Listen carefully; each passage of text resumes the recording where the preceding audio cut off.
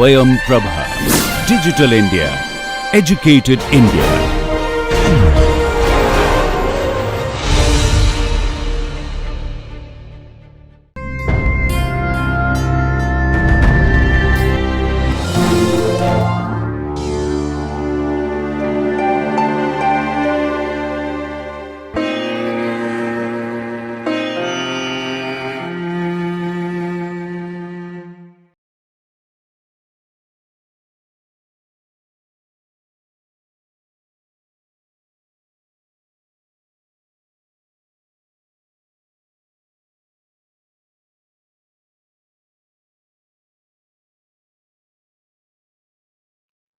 Welcome friends, welcome dear students in our series of lecture on novel drug systems.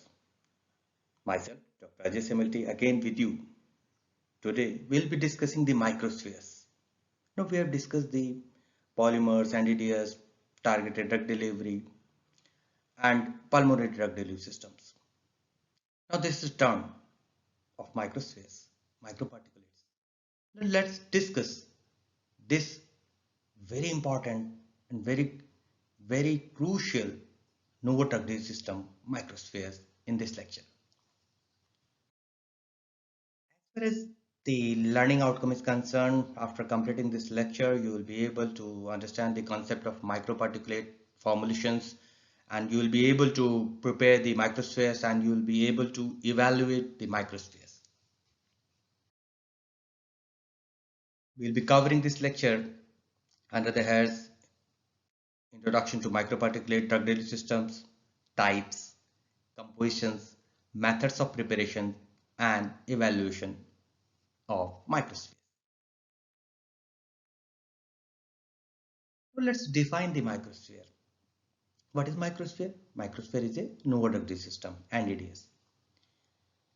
Microsphere is meant for delivering the drug to specific target site at a rate and concentration desired by the therapeutic regimen.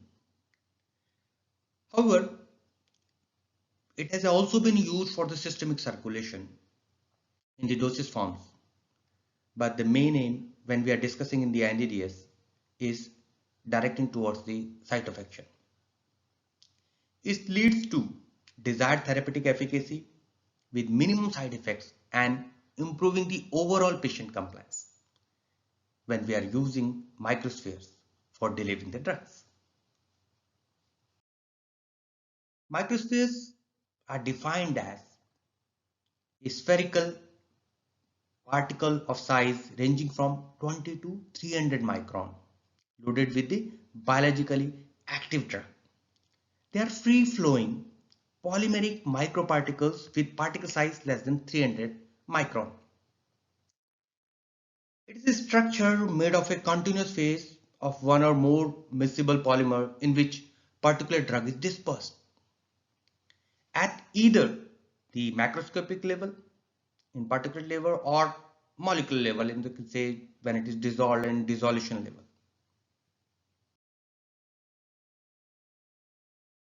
Often microcapsules and microspheres are used synonymously. But a microcapsule is a system that contains a well-defined core and well-defined envelope. The core can be solid, liquid, or gas. The envelope is made of continuous, porous, or non-porous polymeric phase. The difference between the microsphere and microcapsule is the nature of the microsphere matrix, in which there is no well-defined wall or envelope. So microsphere doesn't have any well-defined wall or envelope, while the microcapsule does have. Polymers used to prepare microspheres may be synthetic or natural both. Solid biodegradable microspheres loaded with the drug, dispersed or dissolved throughout the matrix, releases the drug to the desired site of action in the controlled manner. Let's have a look in this comparative diagram. As you can see, both the microcapsule and microsphere exist in gas, solid or liquid state. Just the difference is of core. The core is there surrounded by an envelope in the microcapsules, while it is in matrix form in the microspheres. Okay, it is just like you can imagine that a spongy ball which is hollow in core, and when it is wet with the water, uh, you may imagine it as a microcapsule. But again, imagine a same spongy ball which is solid. Okay, it is not hollow inside. Then you will call it as a microsphere. If you are imagining it, if you are imagining it in terms of micron size. Okay. Now let's discuss what is the composition of microsphere. Drug and the polymeric carrier. They are the two major components. We have discussed a lot about the polymers, but a microparticulate carrier should be able to protect the drug. It should be able to provide the stability and release the drug in controlled manner. And it must be compatible with the drug as well as the biological environment. Okay. Moreover, the carrier should be able to target the drug to the specific site whenever desired. So let's have a quick look on the biodegradable polymers used in drug delivery systems, specifically when you're targeting, when you are aiming for site of action, when you're targeting site of action, they may be natural. We have discussed in the polymer section also, but with specific reference to the microparticles, they may be the natural synthetic polymers may be used, or semi-synthetic polymer may be used. Among the natural polymers, animal polymers like albumin, gelatin, fibrin, casein, collagen. In animal polysaccharides, chitosan, and hyaluronic acid, and plant polysaccharide like dextrans, starch, alginic acid may be used. While in the synthetic acid, animal proteins like polylactide, glycolic acid, PLGA, animal polysaccharides, polycaprolactone, polyanhydrides, and among the plant polysaccharides, polyalkyl cyanoacrylates may be used for microsphere development. Now, let's discuss that how we will select the polymer for delivering the drug through the microparticulate. Now we want to prepare the microsphere. So if the nature of drug is hydrophilic, we will go for a hydrophobic polymer. Otherwise the drug will at once released. In the same manner, if the hydrophobic drug is there, you will use a hydrophilic polymer if you want to control the release. Okay, and this is our aim.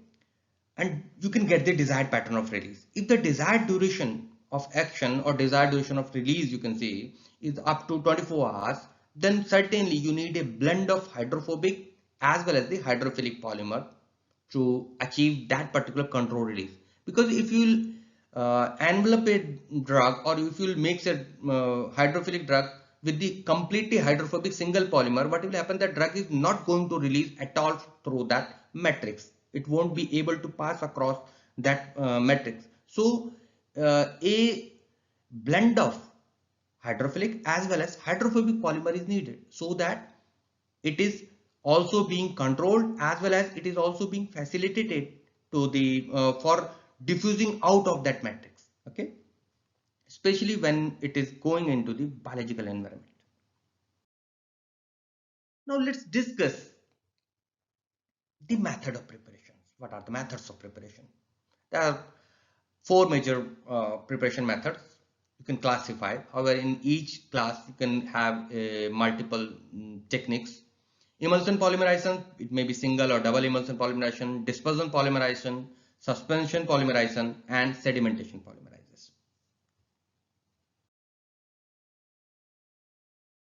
Depending on the type of method you are using for preparing the microspheres, you will get different size of microparticulates, and for getting a particular size range you may opt a particular method. Okay, or vice versa, you can say.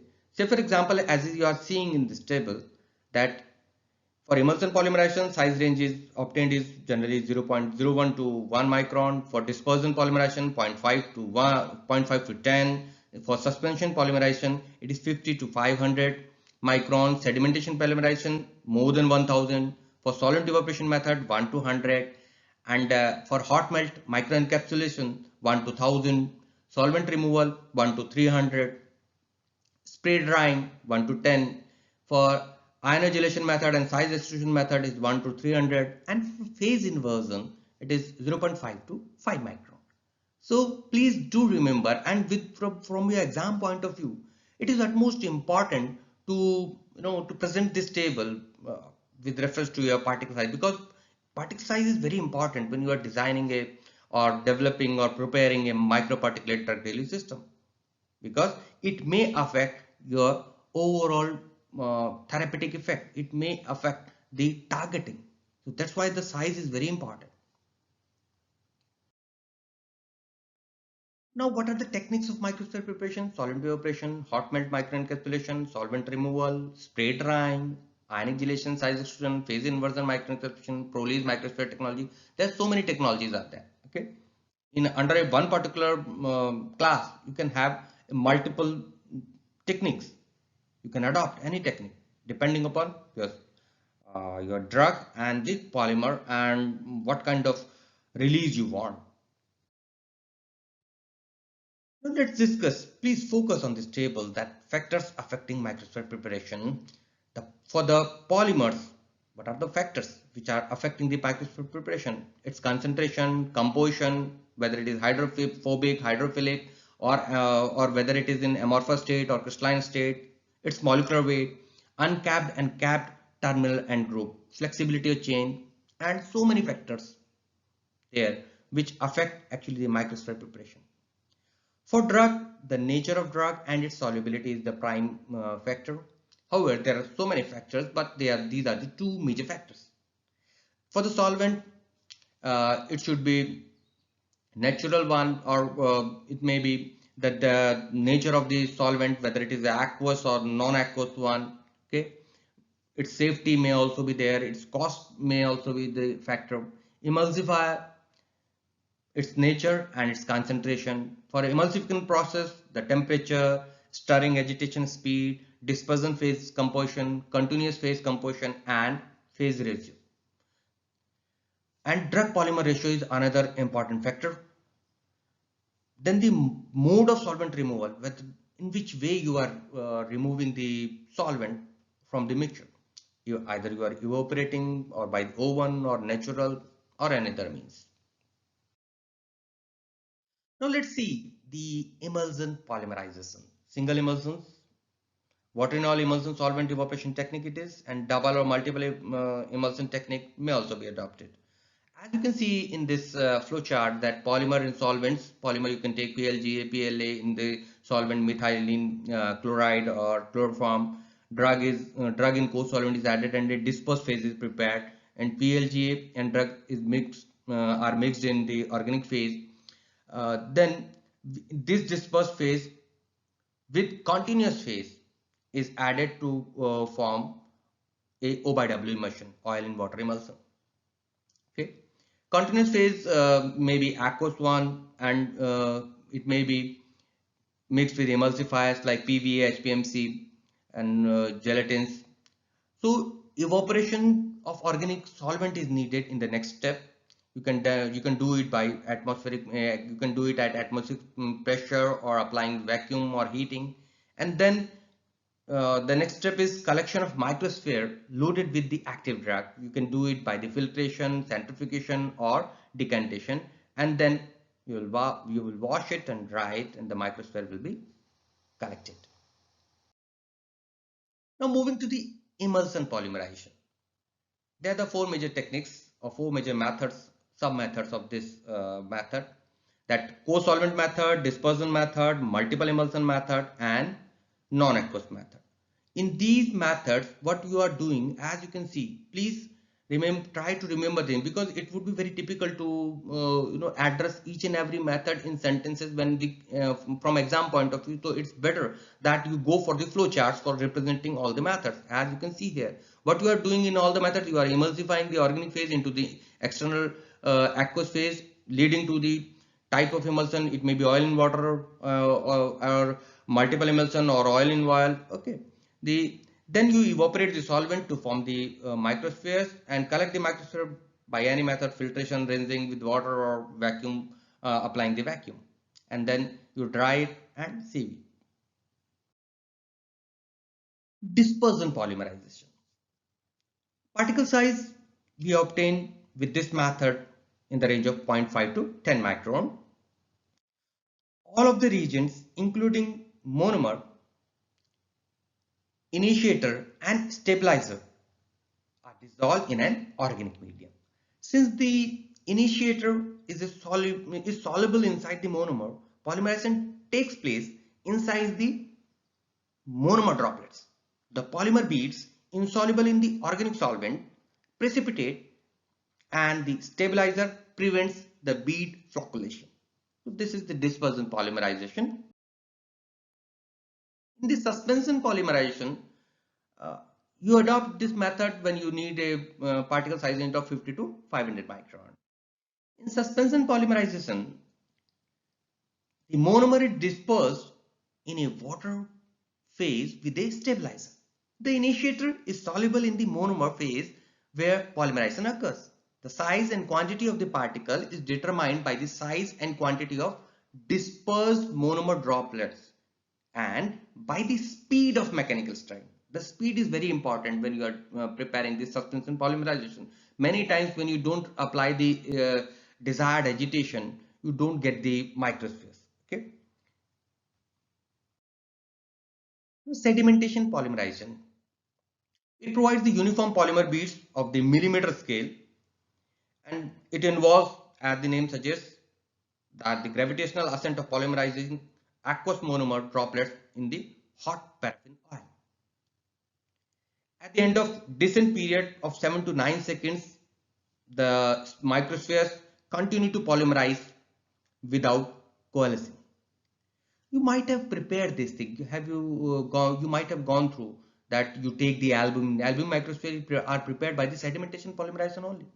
What you take, either you take the egg yolk, egg yolk, or you take the albumin powder. For the albumin powder, at least 10 to 25% weight by volume is desired. If you are having egg albumin powder, you will take the egg albumin powder of in the range of 20% weight by volume, ranging from 10 to 20% weight by volume, and then you will mix the drug in it, and at a desired concentration you will mix a little bit of water, and then you will inject through the syringe to the light liquid paraffin. Okay, and light liquid paraffin will be taken in a column, in a big beaker, which is, and it is heated. Okay, this entire content is heated. When it is heated only, you will put this microsphere solution, that you will prepare that albumin from upward, and then keep on dropping it. So the descent, the gravitational ascent will help in sedimentation polymerization, and at the bottom you will get the microspheres droplets, like in pearl like thing you will get, and you will dry it, decant it, dry it, you will get those microspheres. This is the wonderful and very simple example of practicing this type of microsphere. Solvent evaporation, it is most extensively used method of microencapsulation. What you do, you take the polymer, you take the drug, mix them in a common organic solvent, then add the aqueous solution containing the surfactant while stirring, and then what you will do, you will evaporate that particular solvent, so you will get the microparticulates. Okay. So for the solvent evaporation, what are the factors which affect the solvent evaporation? Polymer molecular weight and its concentration, polymer crystallization, type of drug and method of incorporation, solid, liquid or suspension, organic solvent used, types of surfactant in aqueous phase, organic solvent aqueous phase, cations, and evaporation temperature. So these are the factors which affect the solvent evaporation, and these are very important factors. You might be asked to elaborate each and every factor. Just enumerate all the methods, all the factors first of all when you are answering the question, and then go one by one depending on the score, depending on the length of answer required. Okay. Now the next technique is hot melt microencapsulation. As the name suggests, hot melt. So what we are going to do that we are going to take the polymer in the molten temperature at Tm, and molten polymer is taken, and with the drug particles they are mixed together and they are added to the oil phase, kept at that molten temperature while stirring at the same high temperature. Then we will cool the system to get the microparticulate. We will separate and dry the microspheres. So techniques which are used for some specific polymers. Inotropic gelation technique, hydrogel microspheres they are also called. Alginate in solutions are anionic polylated electrolytes. This ionic gelation process uh, is the beauty of alginate. Alginate cross-link with calcium ion. When they come in contact with calcium ions, they are cross-linked. Okay, alginates are anionic one. Okay, and they form the cross-linking with the calcium ions. Okay, which are positive ions obviously. So this cross-linking is called ionogelation technique. This method is called ionogelation, and this is ionic gelation process. As you can see here, what you will do that you will prepare a sodium alginate solution, generally 2%, 1 to 2% solution you will prepare of sodium alginate.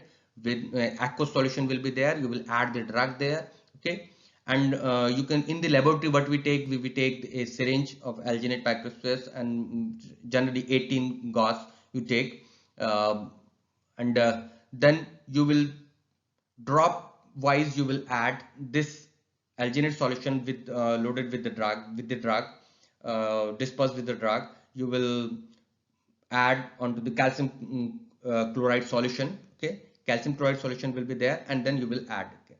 So the rate, the distance, these are the factors which are very crucial. The rate at which you are dropping it down, and the distance of the that syringe, or you can say whatever the mechanism you are applying for loading that alginate my solution into the liquid, and then almost spontaneously these microspheres due to ionogelation techniques are prepared, and again the pearl like soft pearl like rubbery, you will get some very glowing microparticle you will found. You will find that there, and then what you can do, you can decant the calcium chloride solution and then just dry these particles, and you can get it. And this is one of the very simple techniques which you apply in the your laboratory setups. So you must know the idea between the concept between the these alginate microspheres. Okay. Now moving to the characterization part. So this was all about what we have discussed so far, are the various techniques we have covered. And in techniques we have discussed also in the laboratory setup, how in laboratory setup you can prepare. Okay, you can like albumin microsphere we discussed alginate microsphere. They're simple things. You do it in the lab, but the concept must be known to you. Until unless you know the concept, you can't understand how the microsphere is going to behave, how it is going to load the drug, or how it's going to release the drug. So the evaluation part comes after the preparation. That first of all, it's surface morphology. As you can see in this slide, that's a microsphere surface morphology is seen in the, it is a SEM picture of a microsphere. You can see it also through the TEM and light microscopy.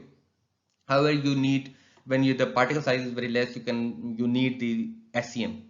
So it's a SEM picture. By this way you can see, have an idea that what kind of surface is there, whether it is rough, whether it is smooth, whether it is having some pores there. So depending on the morphology, you can correlate that morphology with the drug release parameter, drug release data what you are going to have.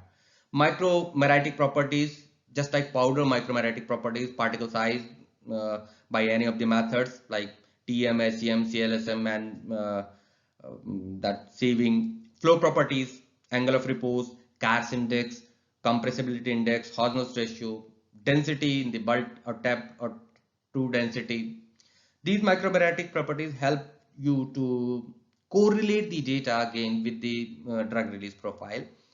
Encapsulation efficiency like drug content, percent drug loading, or this entrapment efficiency must be uh, characterized. And for this, generally we load the we dissolve the a certain amount of a known amount of microsphere into the known amount of a solvent, generally a common solid. Let's say for example you take the methanol directly, so that each and every component is dissolved into the methanol, and then you stir it for a time being, maybe sometime for 3 to 4 hours, or maybe sometime overnight, depending upon the nature of drug and the polymer. And then you take you assess it spectrophotometrically. You come to know that how much drug is loaded into that certain amount of microsphere. By this way you can calculate the amount of microsphere which you need for your dissolution studies or for your doses. Okay. Crystallinity is another important parameter. Like it can be done by the DSC, differences scanning calorimetry, and XRD, X-ray diffraction. You can go ahead with that, and depending on the peak, portion of peak in the DSC, temperature, and the peak portion in XRD, again the peak portion and the diffusion of peaks. More the diffused are the peaks, more it is amorphous in nature. So generally we can have the, however this is an entire different science, but I'm just compiling so that you can put it in your exam, you can reply in your exam properly. Now next set of characterization, now we are moving to the release profile. In vitro drug release done by the dissolution and through the dissolution apparatus using standard dissolution apparatus. On the basis of percent loading, you will see with the passage of time how much amount of drug is being released, and prepare the data and spectrum. All the data, the spectral data is converted into the drug release profile, and the the release models are studied, the type of release, the order of release, the mechanism of release studied by the various models, pharmacokinetic models. Mucoadhesivity, we will be discussing it in mucoadhesion also, that in vitro wash-off test for mucoadhesive microsphere you perform, how much mucoadhesive it is, how much it can retain to the mucosa. We study it, and we perform it in disintegration apparatus. We will also study in mucoadhesion, that in mucoadhesion in disintegration apparatus you study this in vitro wash-off test. Floatability, as the name suggests, we are just seeing that how much up to which time the microsphere remain buoyant and they are keep on floating on a particular surface. Okay, that is the you can characterize with the floatability parameter. In vitro drug release study, you perform with the various things, the permissions studies you also perform. If required, permission study can also be done, provided it's all our purpose or it is desired. Then last, stability studies. Stability studies are generally done in the harmonized conditions and with the harmonized guidelines. We can go for the short range, medium or long range stability studies for the particular set of temperature and humidity, or any other parameter desired, depending on the nature of drug and the polymer. Now release pattern of microspheres, let's see that biodegradable polymers. For the biodegradable polymers, degradation of controlled monolithic system is for this kind of system, the drug is dissolved in the matrix and uniformly distributed. Drug releases only on degradation of matrix. So drug is released only when the matrix is degraded. Okay. While in case of diffusion controlled monolithic system, diffusion of the drug is followed by the degradation of the polymeric matrix, or it may be simultaneous. Okay. In the biodegradable polymers itself, diffusion controlled reservoir system, as the name suggests, there is a reservoir, drug releases through the rate controlling membrane RCM, which erodes, that rate controlling membrane erodes only after the complete release of the drug. Okay. In case of erodible polyagent system, drug is attached chemically to the matrix and rate of biodegradation of matrix is less than the rate of hydrolysis of drug polymer linkages. So by this way, we can have this erodible polygen system. Let's focus now on the non-biodegradable polymers. In the reservoir type system, penetration of water through the rate controlling membrane RCM is the first step, and then what happens that the dissolution of drug in the penetrating dissolution fluid occurs. What next? Partitioning of drug is there through rate controlling membrane, and diffusion of drug across the diffusion layer occurs. But this way reservoir type system works and the drug release is done. In the matrix type system, what is the release pattern? The release is governed by the state of drug in the dissolved or dispersed, whether it is dissolved or dispersed in the matrix. So this is the governing factor for the matrix type system. Now some other types of microspheres, what kind of microsphere types may be there? They may, depending on the release profile, depending on the site of action, they may be gastroretentive microsphere. They may, in the gastroretention, they may be floating, high density or mucoadhesive microspheres. We will be discussing a complete separate lecture on GRDS, that is gastroretentive drug release systems. Then it may be magnetic microspheres where some magnetic particles are there so that we can guide through the external magnetic field, as we have discussed in targeted drug delivery. In case of brain tumor, we target the drug with the help of these external magnetic fields, provided that microsphere is containing some magnetic particles inside them. Okay. Now in the gastroretentive microspheres, low density of the gastroretentive dosage forms creates the buoyancy above the gastric fluid. They float in the, because they are having the low density. They just like micro balloons, micro sponges. Okay, they just float. Stomach location is anatomically lower than the pyloric sphincter. So high density drug retain the dosage form in the body of the stomach. Okay. So in the high density, if you prepare the low density, it will float. In the high density, it will be clogged into the pyloric sphincter. In both the way, we can retain the drug in the gastric environment. The above purpose may be solved by both of the approaches, but it depends on the drug and the polymer what you are taking for preparation of the microparticulates. Another approach, that drug or excipient which slow down the motility of the GIT, gastrointestinal tract, may be adopted, or the bioadhesion to the gastric mucosa may also be adopted for the gastroretention. Another approach may be swelling to a larger size. Sometimes you develop a delivery system in which the polymer becomes swollen when it is getting the gastric fluid and other biological fluid. This swelling delays the emptying. So slow emptying of the dosage form or delivery system through the pyloric sphincter is there. So thereby we are increasing the mean residence time in the gastric region. So this solves our purpose of gastroretention by any of these approaches we can do. Magnetic microspheres, like microparticulate system with added magnetic particles in the matrix. The system can be targeted to the desired site of action with the help of external magnetic field. The magnetic microspheres have been prepared for various anti-tumor and anti-cancer drugs like doxorubicin, methotrexate, adriamycin, interleukin-2, etc.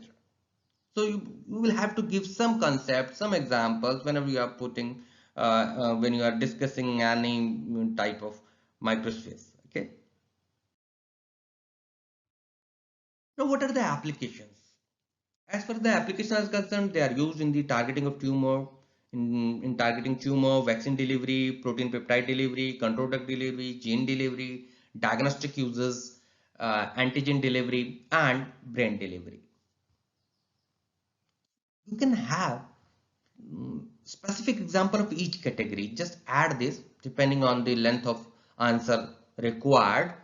You can pinpoint the further examples for each category of application. Okay. Now let us summarize what so far we have learned in microparticulate system. that microparticulates are free-flowing particles ranging from 50 to 300 micron, and for developing the microparticle you need two major components, drug and the polymer. Okay, the methods of polymerization, we have discussed the four major types of polymerization methods. Okay, that it may be emulsification, that gravitational and suspension polymerization. All these kind of polymerization, whatever we are using, or you can say solvent evaporation method, solvent removal method, the techniques may be, sub techniques may be there. Just remember those techniques, their basic concept, and try to put them in the flow chart or in the ray diagram, so that you need not to express the same thing in the words or in the text.